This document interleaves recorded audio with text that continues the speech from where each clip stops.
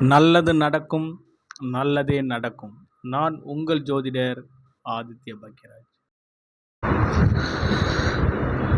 நிறைய பேர் என்னுடைய வாடிக்கையாளர்கள் என்கிட்ட கேட்குற கேள்வி, சார் இந்த வீட்டுக்கு வந்ததுக்கப்புறம் தான் கடன் மேலே கடன் வந்துச்சு, வீட்டை மாற்றிடலாமா?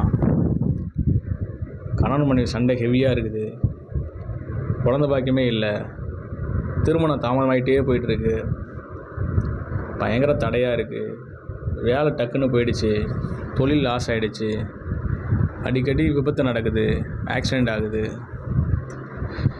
இப்படின்னு நிறைய பேர் என்கிட்ட வந்து பிரச்சனைகளை சொல்லி அதுக்கு காரணம் இந்த வீடு தான் சொல்லி வீட்டை மாற்றிடலாமான்னு கேட்டிருக்கிறாங்க. அவங்களுக்கு நான் நிறைய காரணங்களை சொல்லி பதில்களை சொல்லி தீர்வுகளை சொல்லியிருக்கேன். அந்த விஷயத்தை தான் இந்த பதிவில் நம்ம பார்க்க போகிறோம். தொடர் பிரச்சனைகளுக்கு காரணம் நம்ம வசிக்கின்ற வீடா, இல்லை நம்மளுடைய கர்மா விதி என்று சொல்லக்கூடிய நம்மளுடைய பிறந்த கால ஜாதகமா அப்படிங்கிறத நம்ம பார்க்க போகிறோம். இறைவன் என்ன பண்ணுவார் அப்படின்னா, கிரகங்கள்கிட்ட பொறுப்பை படிச்சிடுவார். ஒவ்வொரு மனுஷனும் அவரவர்கள் செய்யக்கூடிய பாவ புண்ணியங்களின் அடிப்படையில் நீங்கள் கர்மாவாக மாறி நல்லது செய்வர்களுக்கு நல்ல பாவங்களில் ஜாதக கட்டத்தில் அமர்ந்து நல்லது செய்யுங்க. தீமை செய்வர்களுக்கு நெகட்டிவான இடம்னு சொல்லக்கூடிய இடங்கள் அமர்ந்து அவர்களுக்கு கெடுபலன்களை செய்யுங்க. அதற்காக நீங்கள் காத்துக்கிட்டே இருங்க அப்படிங்கிற மாதிரி பொறுப்பு ஒப்படைப்பார். அப்போது இறைவனும் கிரகங்களும் ஏற்கனவே நமக்கு என்ன நடக்கும் அப்படிங்கிறத தீர்மானித்து வச்சிடும். இவர் இந்த காலகட்டத்தில் தான் பிறப்பார், இன்னாருக்கு மகனாக பிறப்பார், இந்தந்த சம்பவங்களை செய்வார்,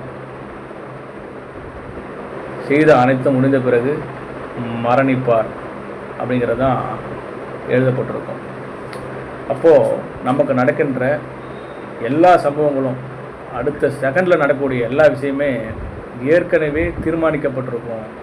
அப்படி தீர்மானிக்கப்பட்ட ஒரு விஷயந்தான் நம்ம கர்மான்னு சொல்லுவோம், விதின்னு சொல்லுவோம். அந்த விதி தான் நம்மளுடைய பிறந்த கால ஜாதகம்.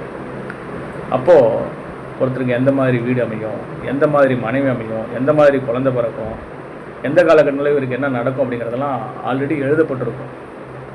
அப்போது எனக்கு நடக்கின்ற பிரச்சனைக்கு காரணம் இந்த வீடு தான் அப்படிங்கிறது சரியான காரணம் அல்ல, ஏற்கனவே எழுதப்பட்டுருச்சு உங்கள் ஜாதகத்தில். அப்போது ஒருத்தருக்கு இந்த மாதிரியான வீடு தான் அமைய போகுது, அவர் வீட்டு பக்கத்தில் பயங்கர ஏரி இருக்கும், இந்த காலகட்டங்கள் வரும்பொழுது அந்த ஏரி உடஞ்சி வீட்டுக்கு தண்ணி வந்து தண்ணியில் அவர் அஃபெக்ட் ஆவார் அப்படின்னு அந்த ஜாதகத்தில் எழுதிருந்தா அதே தான் நடக்கும். ஏன்னா அது அந்த ஜாதகத்தில் அவர் செய்த புண்ணியங்களின் பாவங்களின் அடிப்படையில் நடக்க கொண்ட அமைப்பு. அதை தான் நம்ம கர்மா விதி ஜாதகம்னு சொல்கிறோம். அது எப்போ நடக்கும் அப்படிங்கிறது அவங்களோட பிறந்தகால ஜாதகத்தில் நடக்கக்கூடிய தசா புத்தி தான். 6ஆம் அதிபதி தசை, 8ஆம் அதிபதி தசா புத்தி, 12ஆம் அதிபதி தசா புத்தி நடந்தால் எந்த ஒரு மனிதனுக்கும் கடுமையான கெடுபலன்கள் நடக்கும். இதுதான் ஜோதிட விதி. அப்போது எனக்கு வீடு சரியில்லை, இந்த வீட்டால் தான் நான் பிரச்சனை அனுபவிக்கிறேன் அப்படின்னா கண்டிப்பாக அது கிடையாது. நீங்கள் பிறக்கும் பொழுதே உங்கள் ஜாதகத்தில் இப்படித்தான் அப்படின்னு விதிகள் வடிவமைக்கப்பட்டிருக்கும். அதை நாங்கள் எப்படி சொல்லுவோம் அப்படின்னா, உங்களோட ஜாதகத்தில் 4ஆம் பாவகம்னு சொல்லுவோம். அந்த பாவகத்தில் நல்ல கிரகம் இருந்தால், அந்த அதிபதி நல்லா இருந்தால், செவ்வாய்ங்கிற கிரகம் நல்லா இருந்தால் ஒருத்தருக்கு நல்ல சூப்பரான வீடாக கிடைக்கும். அது நல்லா இல்லாமல் இருந்தால், அதை நல்லா இல்லாமல் இருந்தால் அப்படின்னா 4ஆம் இடத்துல செவ்வாய், ராகு, சனி, கேது இது மாதிரி கிரகங்கள் இருந்து அந்த அதிபதி கெட்டு போயிருந்தாருன்னா நிச்சயமாக கெடுபலங்கள் தான் நடக்கும். அது எப்போ நடக்கும்னா, அவர்களுக்கு காலப்பக்கங்கிற தசாபுத்தி நடந்ததுன்னா, அல்லது 6, 8, 12ஆம் அதிபதிகள் தசாபுத்தி நடந்தால் அவர் கெடுபலங்களை அனுபவிப்பார். ஸோ நீங்கள் அதுக்காக வீடை மாற்றணுங்கிற அவசியம் இல்லை அப்படிங்கிறது தான் இந்த பதிவில் நம்ம சொல்ல வரோம். ஸோ அப்போ இந்த வீடு ராசியான வீடு வந்ததுக்கப்புறம் யோகம் இருக்குன்னா அதுக்கு காரணம் என்ன அப்படின்னா, அந்த காலகட்டங்களில் உங்களுடைய பிறந்த கால ஜாதகத்தை வாங்கி எந்த மாதிரியான தசாபுத்தி நடக்குதுன்னு நம்ம செக் பண்ணி பார்த்தோம் அப்படின்னா, நிச்சயமாக நல்ல சுபகிரகங்களின் தசாபுத்தி நல்ல பாவங்கள்லேருந்து இயங்கும். அதனால் உங்களுக்கு நல்ல யோகமான பலன்கள் நடக்கும். அந்த வீடு உங்களுக்கு ராசியாக இருக்கும். ஆனால் அதுவே பிரச்சனைன்னு சொல்லி வீட்டு பிரச்சனைன்னு சொல்லிட்டு வரவங்களோட ஜாதகத்தை வாங்கி பார்த்தோம் அப்படின்னா, அவங்களுக்கு கடுமையான கெடுபலன்கள் தரக்கூடிய தசாபுத்திகள் நடந்துக்கிட்டு இருக்கும். அதற்கு சில உதாரண ஜாதகங்களை நான் உங்களுக்கு காமிக்கிறேன். சரிங்களா?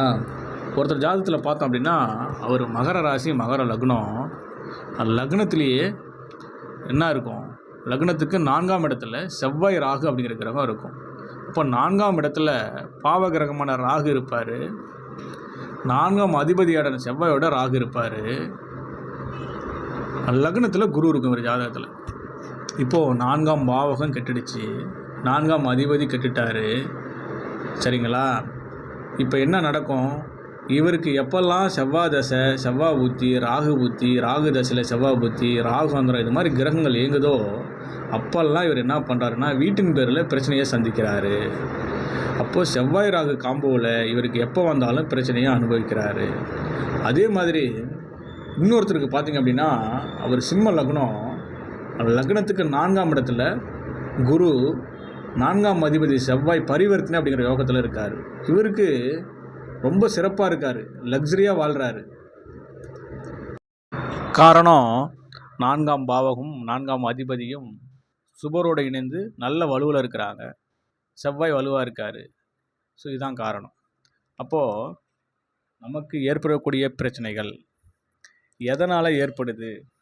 இப்போ நம்ம வீட்டால் தான் பிரச்சனை வருது, அல்லது நம்ம ஜாதகத்தால் பிரச்சனையா, ஜாதகம் சரியில்லாதால தான் இந்த மாதிரி வீடு அமைஞ்சதா அப்படிங்கிறதுல ஒரு தெளிவுக்கு நம்ம வரணும். உண்மையான காரணம், நம்ம ஜாதகம் சிறப்பாக இருந்ததுன்னா நமக்கு அமையக்கூடிய அனைத்துமே சிறப்பாக இருக்கும். அது வீடாக இருக்கட்டும், வேலையாக இருக்கட்டும், தொழிலாக இருக்கட்டும், கணவன் மனைவியாக இருக்கட்டும், குழந்தை பாக்கியமாக இருக்கட்டும், எல்லாமே சிறப்பாக அமையும். அதுக்கு நம்ம ஜாதகம் சிறப்பாக இருக்கணும்.